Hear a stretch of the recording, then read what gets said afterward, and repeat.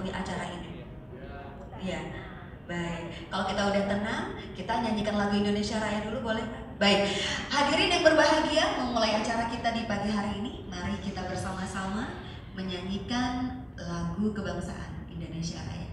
Hadirin, mohon izin kita berdiri. Ya, silakan.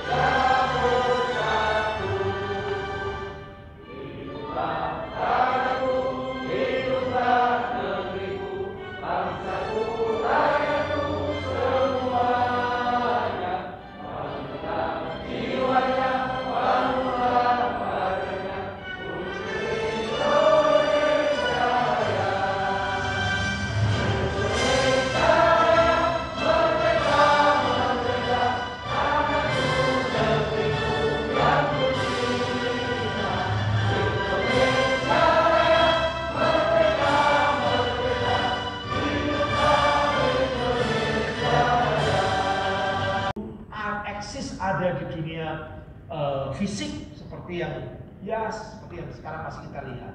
Ke depan itu akan berpindah bertransformasi ke dunia digital. Coba kalau kita sekarang bicara mengenai perbankan, lebih sering dulu atau sekarang kita pergi ke bank? Lebih sering dulu, sekarang kita ke ATM. Enggak apa? M-banking, telebanking, ya kan? Itu mbak-mbak yang cantik-cantik di bank-bank jarang kita lihat lagi sekarang. Sayang sebenarnya kan, begitu kan? Karena apa? Karena memang perubahan. Kalau kita bisa kirim pakai ini, ngapain kita harus ke bank? Ya kan? Kalau kita bisa ambil uang di ATM, ngapain itu? Apalagi untuk anak-anak muda sekarang. Anak muda sekarang jarang yang bawa uang. Yang dibawa itu GoPay, OVO, ShopeePay, sehingga di sini dompetnya tipis tapi ininya tebal dalamnya. Belinya itu aman, itu lebih aman dan juga tidak lebih aman kalau bapak-bapak lebih aman, istrinya nggak bisa ngambil. Kalau istrinya kan lihat dompetnya tebal gitu kan, wah gitu kan. Tapi kalau udah di sini nggak bisa diambil. Nah itu teknologi ke depan. Tapi akhirnya apa yang terjadi? Teller bank berkurang jumlahnya. Kasir nggak dibutuhkan lagi. Nah ini membutuhkan kita berkreasi, kualitas sumber daya manusianya harus berubah. Next. Ya udah sampai kemana-mana. Next. Nah stop dulu. Untuk itu Presiden minta bahwa jangan hanya di kota-kota besar perubahan-perubahan itu, tapi juga Indonesia ini luas sekali, 17.500 pulau. Ada 83.218 desa di seluruh Indonesia. Mereka harus juga bisa mengakses internet. Jadi bukan hanya yang di kota Batam, tapi yang di ujung-ujung pulau, bahkan di gunung-gunung bisa mengakses internet.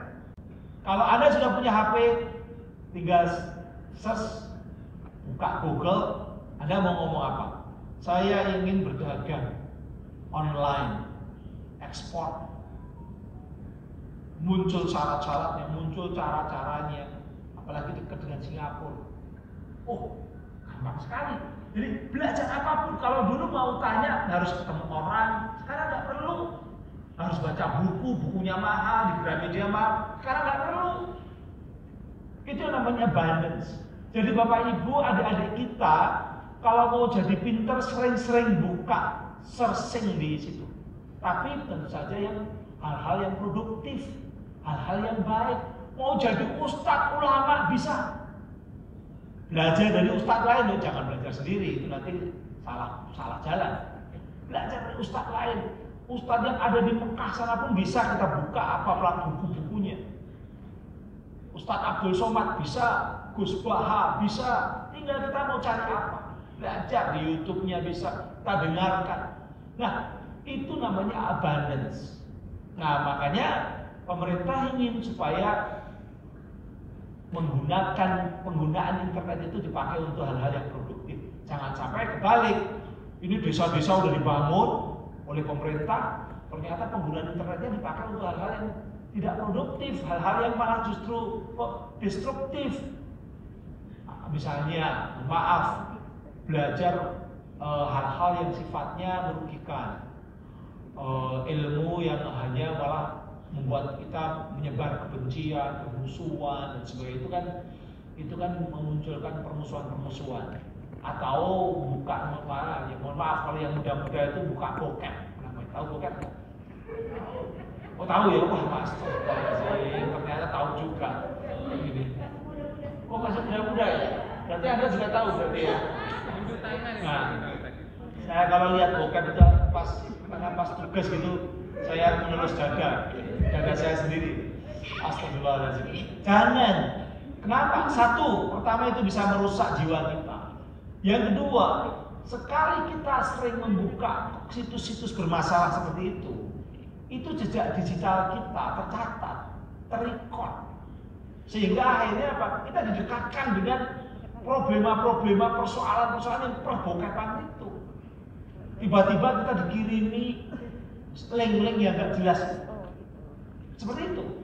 Ada satu cerita di Amerika, seorang ibu marah-marah marah-marah komplit di Facebooknya gitu ya.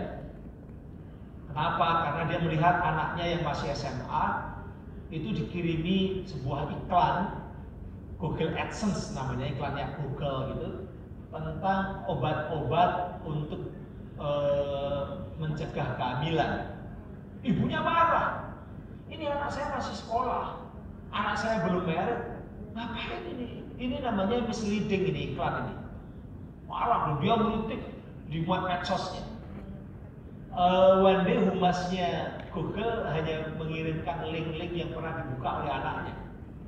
Bu, anak Anda hari misalnya hari Senin tanggal sekian jam sekian membuka link ini. Ini jejak digitalnya. Bu, anak Anda tanggal sekian membuka link ini, link tentang obat-obat pencegahan kehamilan, ada link tentang respect, tahu respect kan? Oh tahu, itu pengalaman juga nih ya, respect ya. Ternyata apa? Ibunya nggak tahu apa yang dilakukan anaknya. Google tahu. Itulah di dunia digital. Jadi kita perlu belajar tentang literasi bahwa digital itu ada jejaknya yang nggak bisa hilang. Perilaku kita di dunia digital itu tercatat oleh malaikat Google. Jadi kalau dalam agama kita malaikat Raqib dan Atid, ini malaikat digital itu juga mencatat perilaku kita di dunia digital. Teknologi digital, suruh belajar di sana. Kita yang tua-tua jangan ketinggalan juga, bisa memanfaatkan minimal adalah untuk kebaikan-kebaikan. Kalau Anda mau ngaji sekarang bisa menggunakan teknologi digital. Mau apapun sekarang, guru-guru ingin ngajar itu tidak harus sekarang bimbingan belajar, bimbing anak-anak itu datang ke rumah tidak harus sekarang. Sekarang bisa saja dengan online pakai ruang guru dan sebagainya. Nah, ini semua adalah membutuhkan kemampuan kita, kemampuan anak-anak kita menguasai teknologi digital. Nah, alhamdulillah pemerintah punya punya kebijakan-kebijakan untuk pengembangan sumber daya manusia. Nanti kalau ada anak-anak yang muda-muda yang misalnya di sini di Batam ini ada Politeknik Negeri Batam ya. Politeknik Negeri Batam itu mereka mau belajar tentang teknologi yang paling baru, apakah itu artificial intelligence, apakah itu Internet of Things, apakah itu big data analytic, apakah itu augmented reality dan lain-lain, gimana penggunaannya dan sebagainya. Itu perlu cari searching di Kominfo, internetnya Kominfo, searching namanya Digital Talent Scholarship atau beasiswa digital untuk belajar. Kenapa ini sangat penting? Karena memang dunia sedang berubah, kita juga harus menyiapkan diri untuk mengalami perubahan. Perubahan itu sangat cepat. Bahkan di era pandemi ini semakin cepat transformasi. Dulu yang namanya Zoom, ini kan pakai Zoom nih dengan yang online. Itu yang pakai cuma kalangan CEO ya, kalangan pimpinan-pimpinan perusahaan kalau mereka meeting, dan mahal. Sekarang Zoom ini anak-anak sekolah pakai Zoom, anak-anak mahasiswa pakai Zoom, mak-mak juga pakai Zoom. Kalau mau silaturahmi, mau warisan, mau wawancara, saya diwawancara pakai Zoom. Dulu kalau ditanya pakai Zoom, Zoom siapa? Zoom itu apaan sih? Sekarang semua udah tahu. Itulah perkembangan cepat sekali. Zoom berkembang 443% sebelum pandemi ke pandemi. Game online ini yang agak negatif. Game online itu naik 100%. TikTok naik 20%. Itu ibu-ibu suka TikTok. Kalau pas foto-foto sambil TikTok, ya kan, bikin TikTok. Ini perkembangan yang luar biasa. Nah, ini semua harus kita ambil sisi-sisi positifnya. Ada peluang-peluang untuk kita jangan hanya sebagai penonton, jangan hanya pasif sebagai konsumen, tetapi kalau bisa masuk sebagai produsen. Siapalah tahu Anda punya saudara di Singapura. Ada yang punya saudara di Singapura nggak? Saudara di Singapura, lalu Anda bisa jualan produk-produk yang dari Indonesia dijual ke Singapura. Saudara Anda yang di Singapura itu menjadi mitra untuk memasarkan di sana. Masarkannya pakai online, tapi kalau dikirimkannya nanti yang menerima mereka. Nah, nanti mereka untuk bisa menyebarkannya. Itu mau jualan apa? Mau jualan seafood dari sini, kepiting dari sini, kepitingnya dikumpulkan di seluruh Indonesia. Bahkan sekarang ini saya kebetulan anak saya ini jualan ikan cupang, ikan cupang. Kemana jualannya? Ke Jepang.